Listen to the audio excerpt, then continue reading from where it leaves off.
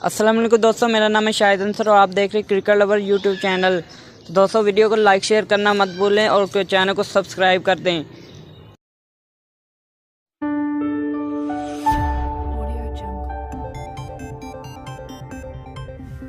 तो दोस्तों अभी एक और वीडियो मंजर आम पर आई है जिसमें पाकिस्तानी फैंस बहुत ही ज़्यादा तादाद में मौजूद थे।